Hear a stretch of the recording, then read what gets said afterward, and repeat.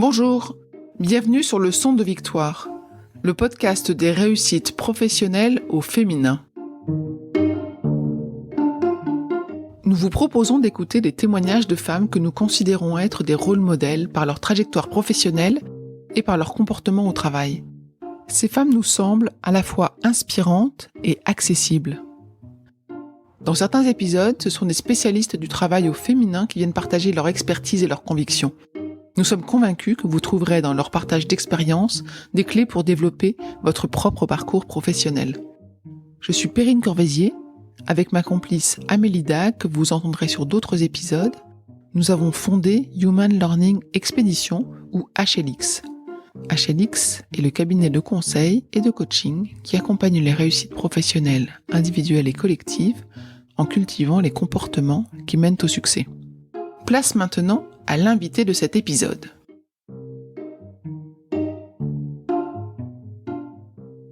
C'est extrêmement dur, on le fait pour l'enfant, on le fait au nom de la société, mais non, c'est pas du tout anodin. Je pense qu'on n'est jamais coupé de ses émotions, quel que soit l'âge du magistrat, quelle que soit son expérience. Il y a des moments extrêmement difficiles. C'est vrai que de regarder parfois une victime dans les yeux et voir ce qu'elle a subi, on ne s'y habitue jamais. On emporte ça avec nous. Et effectivement, au début, en tous les cas, c'est particulièrement violent. Je pense qu'on ne s'y habitue toujours pas, mais on apprend à le gérer.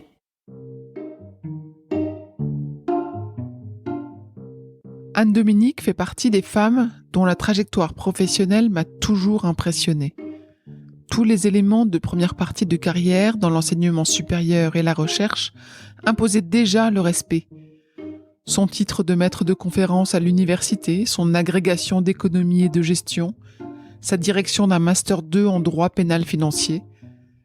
Lorsque j'ai appris qu'Anne-Dominique Merville rejoignait la justice en tant que vice-procureur au tribunal judiciaire de Nanterre, adjointe au pôle mineurs et familles, ma curiosité s'est décuplée. J'avais envie de creuser les raisons de ce changement et de mieux comprendre le quotidien d'Anne-Dominique.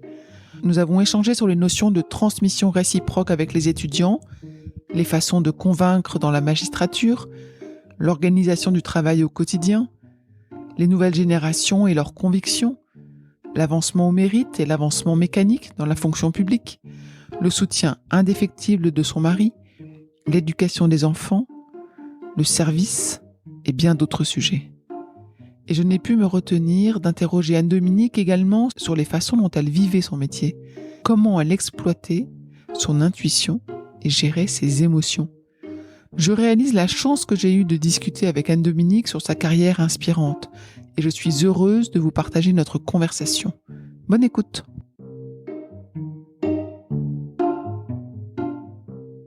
Bonjour Anne-Dominique. Bonjour Perrine. Merci de me recevoir, ça fait hyper longtemps que je voulais t'interviewer. Déjà, je pense dans ta première carrière dont tu vas nous parler, puis dans celle-ci, que je trouve assez passionnante. T'es dans le droit. Est-ce que ça a toujours été ton objectif ? Non, pas nécessairement. Alors, avant d'être dans le droit, je pense que je suis dans le service public. En fait, je travaille pour l'État français, j'ai toujours travaillé pour l'État français. Donc, mon objectif... après le bac, j'ai fait une prépa, j'ai intégré l'école normale supérieure de Cachan, donc je suis devenue fonctionnaire en fait pour l'État français à 20 ans. On signe un contrat pour 10 ans et plus de 25 ans après, plus, j'ai toujours travaillé pour l'État français. Et en fait, c'est ce qui me plaît.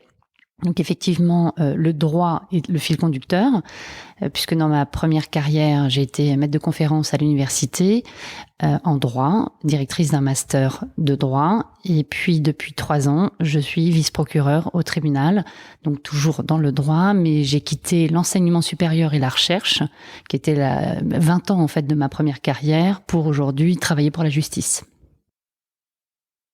Qu'est-ce qui te motive autant dans le secteur public, justement, dans cette envie de servir, j'ai l'impression ?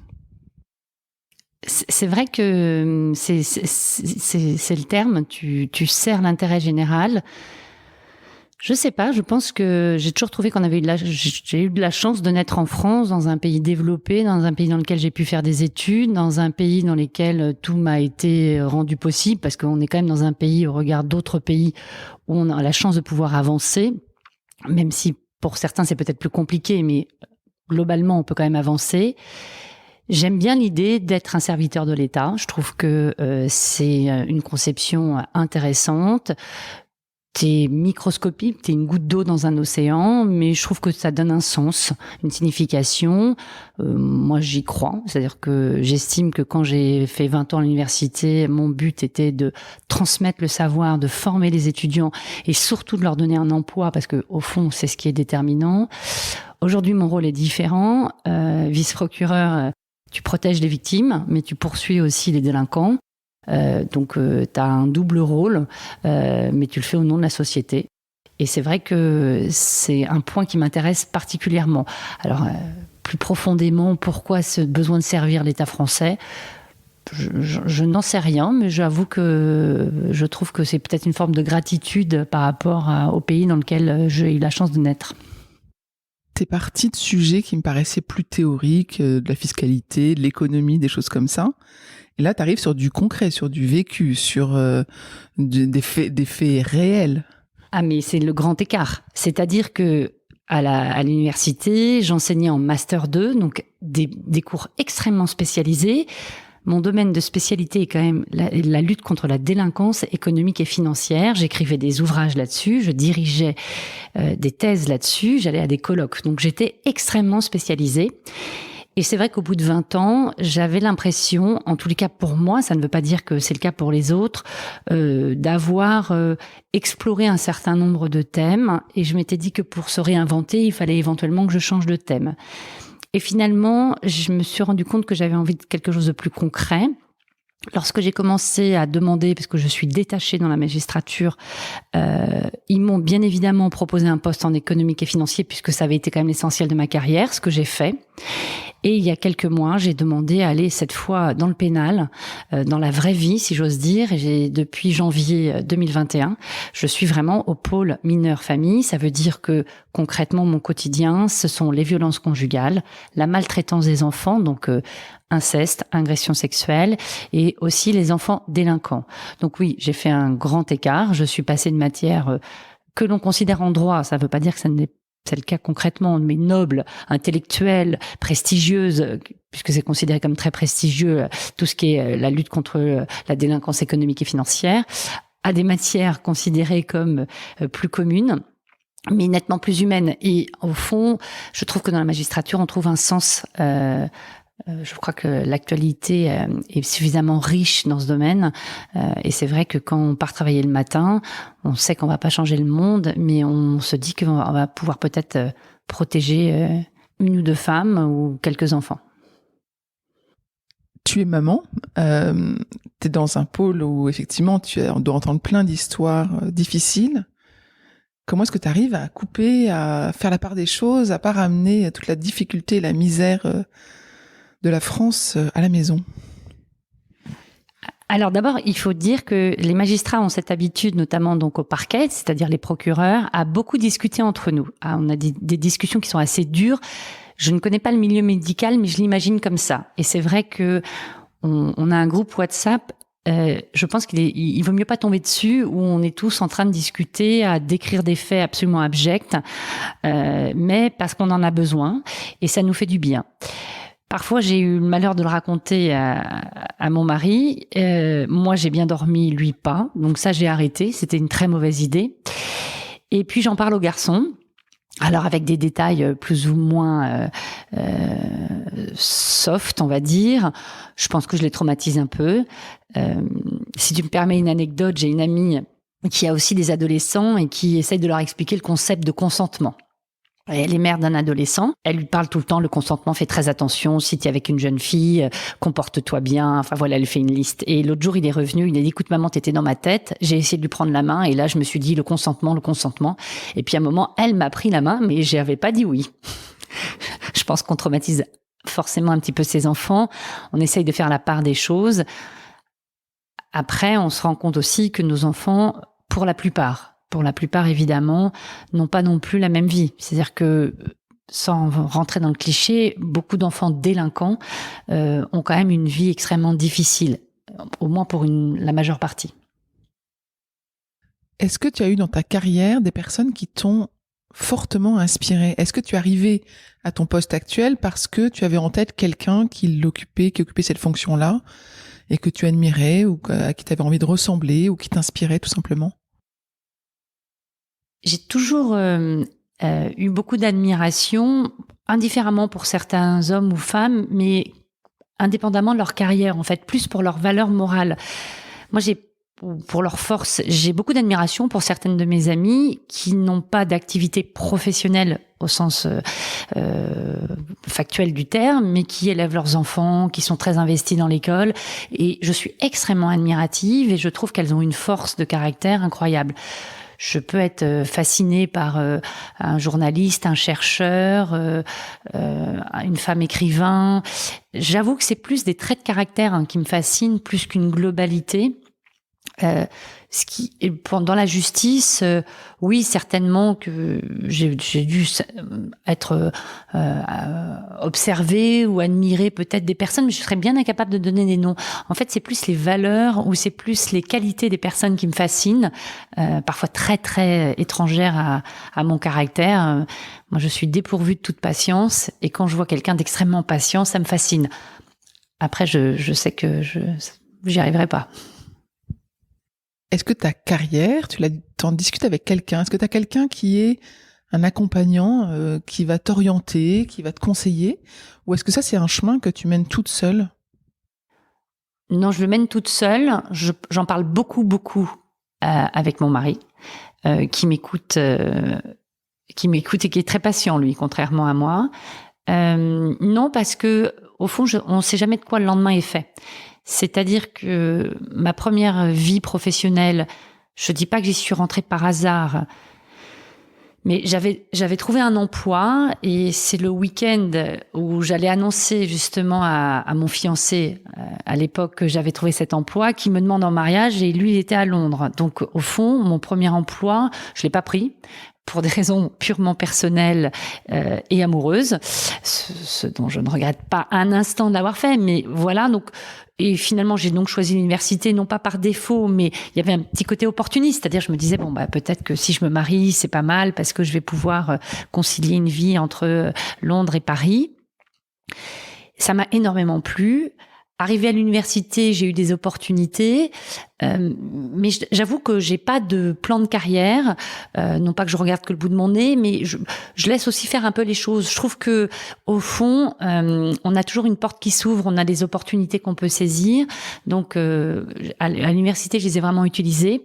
À un moment, pour moi, en tous les cas, j'avais plus de porte qui m'intéressait en tant que telle. Les fonctions qu'on pouvait me proposer étaient des fonctions extrêmement administratives et ça ne m'intéressait pas spécialement. Même si, encore une fois, il y en a qui le font très très bien, mais ça ne me correspond pas complètement. Et donc, c'est pour ça que j'ai pensé à changer de métier véritablement. Et aujourd'hui, ça fait 3 ans que je travaille dans la justice. Je ne suis pas capable de dire ce que je ferai dans 3 ou 6 ans. Ce que je sais, en tous les cas, c'est que je souhaite y rester. Ce que je sais aussi, c'est qu'il y a énormément d'opportunités possibles.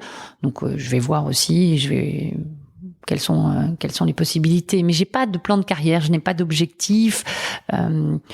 Ce qui m'intéresse, c'est d'avancer, de trouver un sens à mon métier, d'avoir la joie d'aller travailler, d'être passionnée par ce que je fais. Mais je suis bien incapable d'avoir un objectif. Je n'en ai jamais eu, en fait, pour être très honnête. T'es arrivée dans cette fonction que tu occupes aujourd'hui avec quel bagage, à la fois technique et en soft skills, en compétences comportementales, qui te sont essentielles ou très utiles? Alors, les compétences techniques, elles étaient juridiques, puisque c'est vrai que quand tu enseignes pendant 20 ans, tu maîtrises, on va dire, au moins, tu fais mine, mais tu maîtrises une partie de la procédure pénale, le droit pénal. Donc ça m'a beaucoup aidé, puisque moi, je suis arrivée directement au parquet, donc je ne fais que du pénal. Ensuite, ce ne sont pas du tout les mêmes qualités requises. Il y a une chose qui m'est utile, me semble-t-il, dans l'enseignement, tu apprends à transmettre, à donner un message, à convaincre. Et ça, je dois dire que c'est peut-être le lien entre mon nouveau métier. C'est qu'à l'audience, lorsque je requiers, il faut convaincre. Il faut convaincre le juge que j'ai raison de poursuivre, que j'ai raison de demander telle peine et qu'il faut me suivre et qu'il faut condamner. Donc, il y a ce travail de conviction En commun, je crois que les magistrats doivent être extrêmement organisés. Ça, c'est peut-être plus qu'encore qu'à l'université, parce que le flux est extrêmement important, le rythme est extrêmement dense. Il faut pas oublier quelque chose. Donc là, l'organisation est aujourd'hui plus que de rigueur.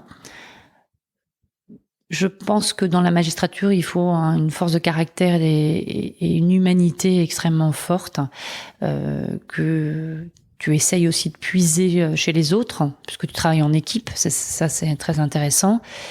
Et ce qui est très intéressant, c'est que tu travailles avec plusieurs générations de magistrats, en fait. Tu as des jeunes qui sortent de l'école, qui sont extrêmement brillants. Tu as des personnes qui ont plus d'expérience, mais qui ont fait des postes différents. Et puis, il y en a qui ont 30, 40 ans de métier. Et en fait, toutes ces générations mélangées t'apportent à la fois de la connaissance technique, humaine, des réflexes, des conseils. Et tu as toujours quelqu'un qui va répondre à ta question. Et donc cette équipe-là n'existait pas du tout à l'université. Et en revanche, il y a une vraie force au tribunal. Sur les générations, est-ce que tu as l'impression qu'il y a un style? Est-ce que les magistrats plus âgés ont une façon différente de traiter les affaires que les très jeunes? Les très jeunes ont plus le souci de leur génération, notamment dans le domaine où je travaille actuellement, sur les violences conjugales, les incestes, les agressions sexuelles. Je ne suis pas en train de dire que les magistrats plus âgés ne les traitent pas. Évidemment, ils les traitent et poursuivent. Mais on sent que c'est un sujet qui anime énormément ces jeunes. Et c'est une génération MeToo qui n'est pas ma génération, qui n'est pas la génération des magistrats plus âgés que moi. Encore une fois, ça ne veut pas dire qu'on n'a jamais traité le sujet. Il a toujours été traité. Mais on sent ils sont animés, notamment par des convictions assez marquées, ce qui est très agréable, ce qui correspond aussi à la société. Les jeunes ont souvent une capacité technique et intellectuelle. Moi, je trouve ceux qui sortent, en tous les cas, de l'école de la magistrature excellente. Enfin, ils sont d'excellents juristes.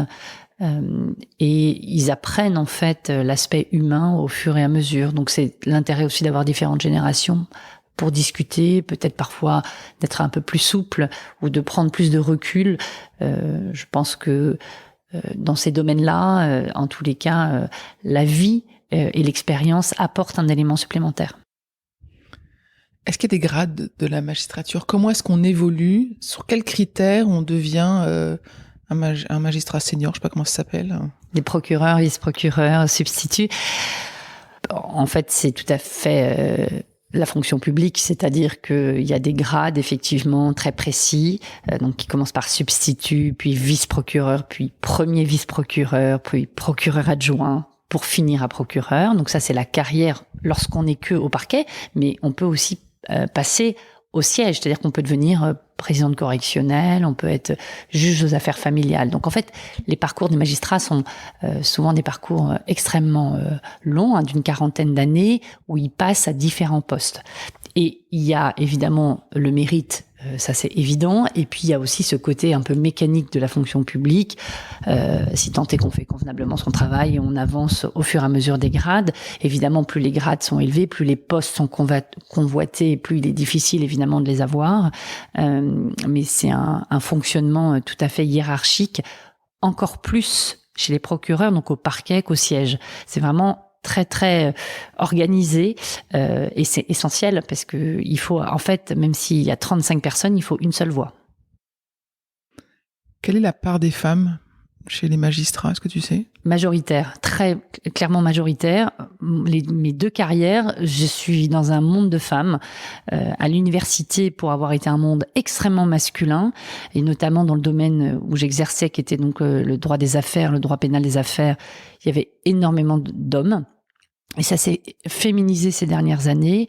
La magistrature, c'est pareil. La majorité, ce sont des femmes. Je crois que c'est plus de 60%, mais il faudrait vérifier les chiffres. Donc moi, j'évolue dans un monde assez féminin.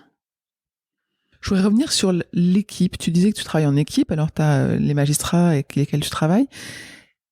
T'as la police, peut-être la gendarmerie, t'as les avocats, je sais pas, peut-être les travailleurs sociaux, il y a peut-être plein de gens. Est-ce que tu peux nous décrire un peu avec qui tu es en contact et quels sont les rapports? Comment est-ce que tu arrives à échanger avec eux? Parce que j'imagine que ton rôle te permet pas forcément ou te demande une certaine réserve. Alors effectivement, le tribunal, c'est vraiment une énorme société, véritablement. Donc lorsqu'on est procureur, on commence déjà effectivement par faire les enquêtes ou avec la police, ou avec la gendarmerie, ou les services spécialisés. Donc là, on travaille conjointement avec eux. On va avec eux mener les enquêtes. Donc ça part d'un dépôt de plainte, par exemple, ou d'une personne qui a été placée en garde à vue. Et donc on va demander à l'enquêteur de faire telle ou telle investigation, ou on va lui donner des autorisations, qu'on appelle des réquisitions, pour trouver des éléments, faire une perquisition, essayer de trouver quelque chose à charge ou à décharge pour vérifier si on peut effectivement mener une procédure. Donc on travaille beaucoup avec les enquêteurs. Dans le domaine des familles et mineurs, sont des enquêteurs extrêmement impliqués, qui sont tout à fait conscients de la gravité des faits et de la difficulté aussi probatoire qu'on peut avoir dans cette nature de fait. Donc on s'entend très bien généralement. Effectivement, il y en a avec qui on travaille plus souvent que d'autres, mais ce sont des relations tout à fait courtoises et agréables. Effectivement, en tant que magistrat, on est aidé par des juristes assistants ou des assistants de justice. Ce sont souvent des étudiants, soit qui sont doctorants, soit ce sont des étudiants qui ont fait des longues études de droit et qui peut-être souhaitent à terme être magistrats et qui nous aident énormément dans le processus de formalisation de la décision. Concernant les mineurs, on a aussi ce qu'on appelle tous les éducateurs sociaux qui arrivent et qui sont aussi à l'audience, qui encadrent les jeunes, qui ont des projets pour eux, qui vont les faire avancer, au moins tenter de les faire avancer. Donc eux, on a des rapports souvent à l'audience où ils viennent nous voir. On travaille aussi beaucoup avec les juges des enfants, parce qu'il faut savoir quand même que le tribunal pour enfants est un monde un petit peu particulier. Donc on travaille avec les juges des enfants qui, eux, en fait, ont la particularité de faire à 80% ce qu'on appelle de l'assistance éducative et 20% du pénal. Donc le pénal, c'est ce que fait le procureur, c'est nous.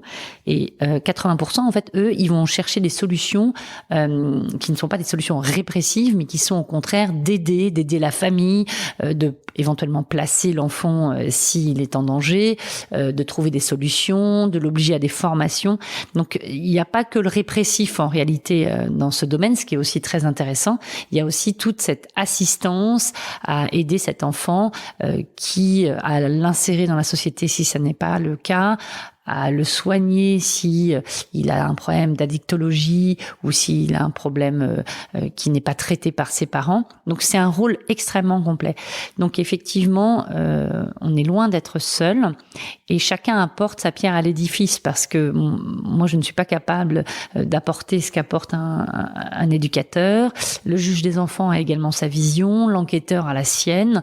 Donc c'est un ensemble de tous ces éléments qui nous conduisent, du moins j'espère, à une bonne solution. Comment est-ce que tu gères tes émotions et ton intuition? Comment est-ce que quelle part ça prend en fait dans tes décisions? Est-ce qu'il y a la place pour ça?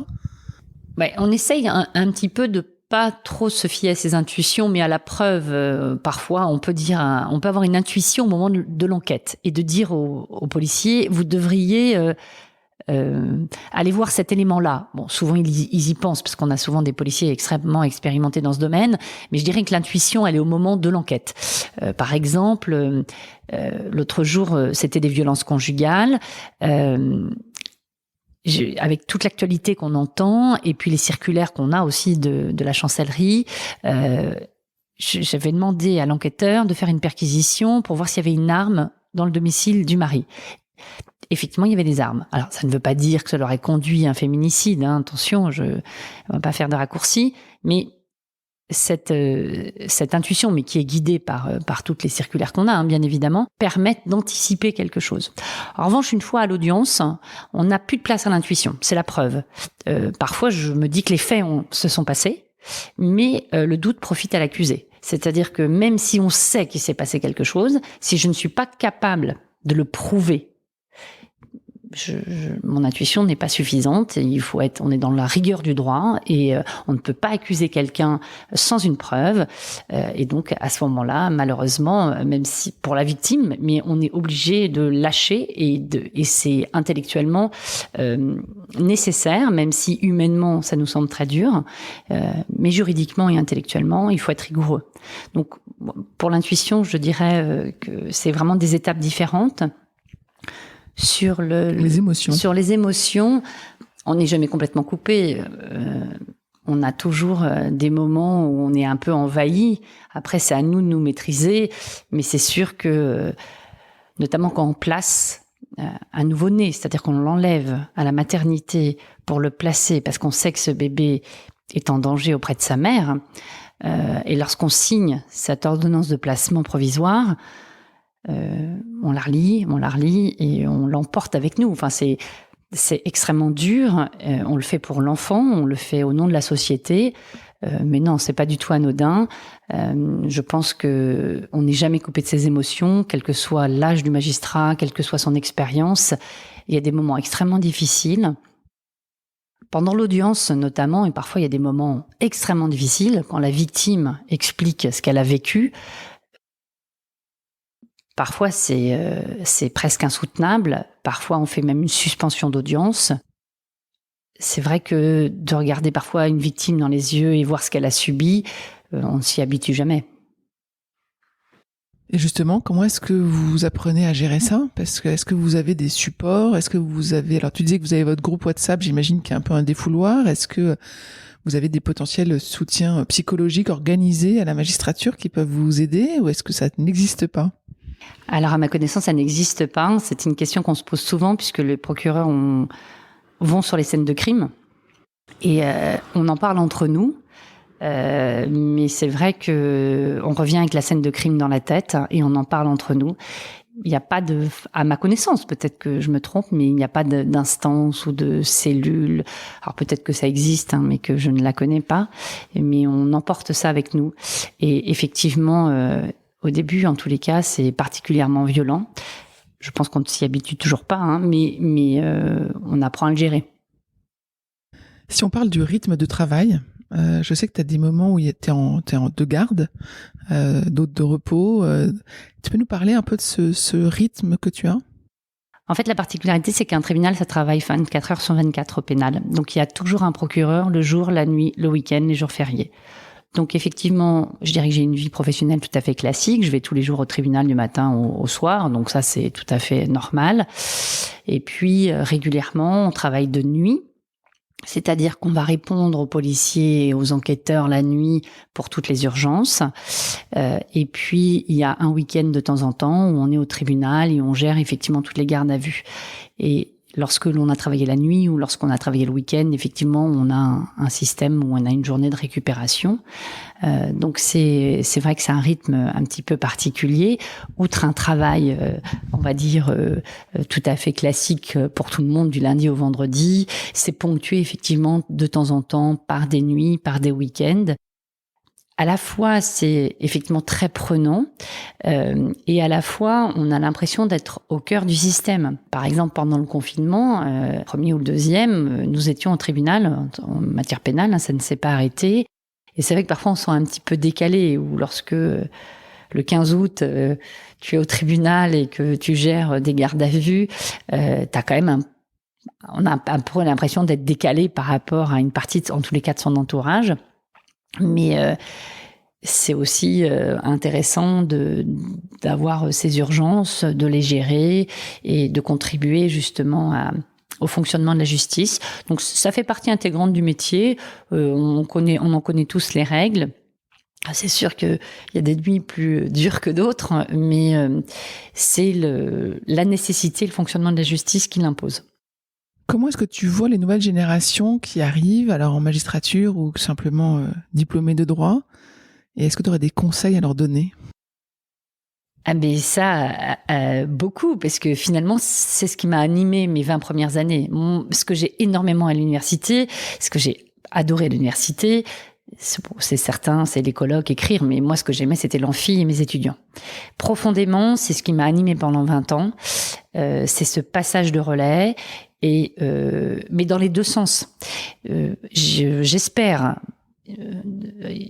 avoir appris des choses à mes étudiants, mais moi, en tous les cas, ce que je peux dire, c'est que j'ai appris beaucoup de choses de mes étudiants.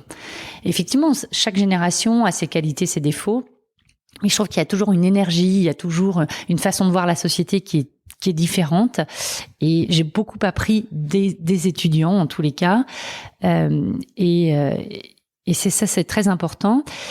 Dans les conseils, je crois que souvent les étudiants, en tous les cas les jeunes, ne croient pas tellement en eux. Je crois que c'est aux parents, à l'entourage, de leur donner cette force. Mon pédiatre, il me disait, soyez une mère américaine.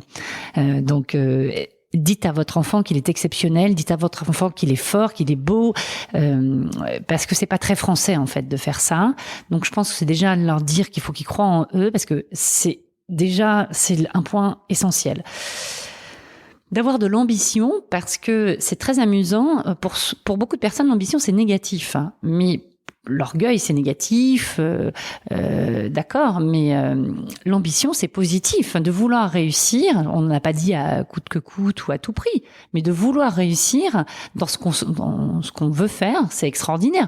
L'ambition, ça ne veut pas dire d'être le poste le plus élevé, mais c'est de faire au mieux dans sa branche. Donc, avoir de l'ambition, je trouve ça noble, je trouve que c'est important. Avoir un sens, il faut faire attention, et ça c'est très frappant souvent. Les jeunes, ils veulent faire plaisir aux parents, ou ils veulent faire comme les amis. Je pense que c'est important de faire ce qu'on a envie de faire. La vie professionnelle, elle est longue, et il faut pas faire tel métier parce que finalement ça fait plaisir aux parents ou parce que ça fait plaisir à l'entourage, par effet de mimétisme. Je pense que c'est important de savoir ce que on aime faire. Je pense qu'on a tous des qualités humaines différentes, et je pense que certaines qualités humaines facilitent le métier. Donc, on peut pas tous avoir des métiers identiques, on peut pas tous faire la même chose. Et ça, souvent, je pense que les jeunes ne tiennent pas assez compte de leurs qualités. Comme ils croient pas tellement en eux, ils prennent pas leurs qualités, mais il y en a qui s'expriment extrêmement bien, il y en a qui écrivent extrêmement bien, il y en a qui sont remplis d'audace, il y en a qui sont extrêmement dynamiques, il y en a au contraire qui sont très calmes et qui sont très posés. Et donc je pense que c'est déjà à partir, non pas de leurs connaissances intellectuelles et techniques, mais par rapport à leurs connaissances humaines, à leurs capacités humaines, qui doivent se dessiner à une carrière professionnelle. Moi je trouve que c'est très important. Donc voilà, de croire en soi, d'avoir de l'audace, d'avoir de l'ambition, d'utiliser ses compétences pas uniquement intellectuelles, mais ces qualités, on va dire, fondamentales, je pense que c'est très important. Est-ce que vous avez un principe de mentorat au sein de la magistrature ? Est-ce que toi, tu pourrais être amené à prendre sous ton aile, à conseiller, sans enseigner, en fait, des jeunes, des étudiants ? Il y en a pas directement. Il y a beaucoup d'associations qui le font, et j'avais participé il y a très longtemps à une association justement de mentorat d'enfants qui avaient d'excellentes capacités intellectuelles, mais qui n'avaient pas la chance d'être dans des familles qui pouvaient les aider en tous les cas, et donc qui les aidaient humainement, mais qui pouvaient pas les aider sociologiquement, professionnellement. Et ça, c'est quelque chose que je trouve extrêmement important. Dans la magistrature, il y a une entraide entre les magistrats, mais il n'y a pas un système véritablement de mentorat. Ça relève beaucoup d'associations qui œuvrent notamment dans les universités ou dans les écoles. Ça, c'est extrêmement important parce que c'est de dire que tout le monde peut réussir, mais on en revient justement à ces soft skills, à ces éléments qui sont extérieurs à ce que l'on enseigne dans les universités ou dans les écoles françaises, et de donner ces éléments-là pour permettre à un jeune d'avancer. Est-ce que tu as l'impression que les femmes ont des atouts particuliers dans ce métier ? En fait, moi, j'ai jamais tellement réfléchi dans le clivage. Ça peut paraître très surprenant, mais j'ai jamais réfléchi en termes d'hommes ou de femmes. Je trouve qu'il y a des personnes inspirantes, il y a des gens passionnants, mais je me suis jamais dit cette femme me fascine ou cet homme me fascine. C'est cette personne me fascine. Je pense que en revanche, on n'a pas la même façon de gérer. Alors, on peut pas faire un cliché en disant les hommes ont telle qualité, les femmes ont telle qualité, puisque c'est une véritable mosaïque. Mais je pense que on apporte des qualités différentes. Et je pense notamment que souvent, la façon de dire les choses, au moins pour l'essentiel, c'est un peu impulsif, on va pas le faire de la même façon. Mais je crois plus au caractère en réalité que à la diversité biologique. Je pense que c'est la qualité humaine. En tous les cas, ce qui est important, c'est qu'il y ait des hommes et des femmes dans un travail. Ça, c'est sûr qu'il faut un mélange des deux, mais je pense que c'est plus des qualités humaines qui sont différentes. On arrive à la fin de notre entretien. Est-ce qu'il y a une question que je t'ai pas posée à laquelle tu aurais aimé répondre ? Est-ce que tu as un message à faire passer ? Peut-être parfois un peu élever le débat. Je trouve que, je dis pas ça de façon péremptoire, mais notamment quand les personnes s'intéressent un petit peu à la justice et qui font un raccourci journalistique de ce qui s'est dit, je leur dis venez dans les tribunaux, venez à l'audience, venez voir comment ça se passe, et puis après on peut discuter. Je trouve que, pareil, quand j'étais à l'université, alors on m'expliquait toujours que les amphis étaient vides, que les étudiants ne travaillaient pas. Je trouve qu'il y a souvent beaucoup de poncifs. Alors peut-être que moi j'ai des poncifs sur d'autres métiers, mais venez voir en fait. Sur l'université en droit, elle a un excellent niveau en France, qu'ils assistent à un cours d'amphi, et puis après on discute pour voir si vraiment c'est vraiment figé. Et sur la justice, mais les tribunaux sont ouverts, tout le monde peut assister à une audience et qu'ils viennent voir. Et ensuite, effectivement, on peut discuter un petit peu, mais vraiment de s'obliger à penser par soi-même, ne pas essayer d'imprégner des idées qu'on diffuse et qui sont parfois un peu des véritables raccourcis. Bon message, merci. Dernière question, c'est quoi ton prochain challenge professionnel ? De me plaire, de continuer à vouloir aller travailler avec plaisir, de me sentir utile. Je pense que j'en ai fondamentalement peut-être besoin, mais je n'en ai aucune idée. Je ne sais pas du tout ce que je ferai dans 10 ans. Vraisemblablement, je travaillerai toujours pour l'État français. Vraisemblablement, je serai toujours dans la magistrature. Mais c'est bien d'avoir un peu de suspense. On va suivre ça. Merci beaucoup. Merci beaucoup, Perrine.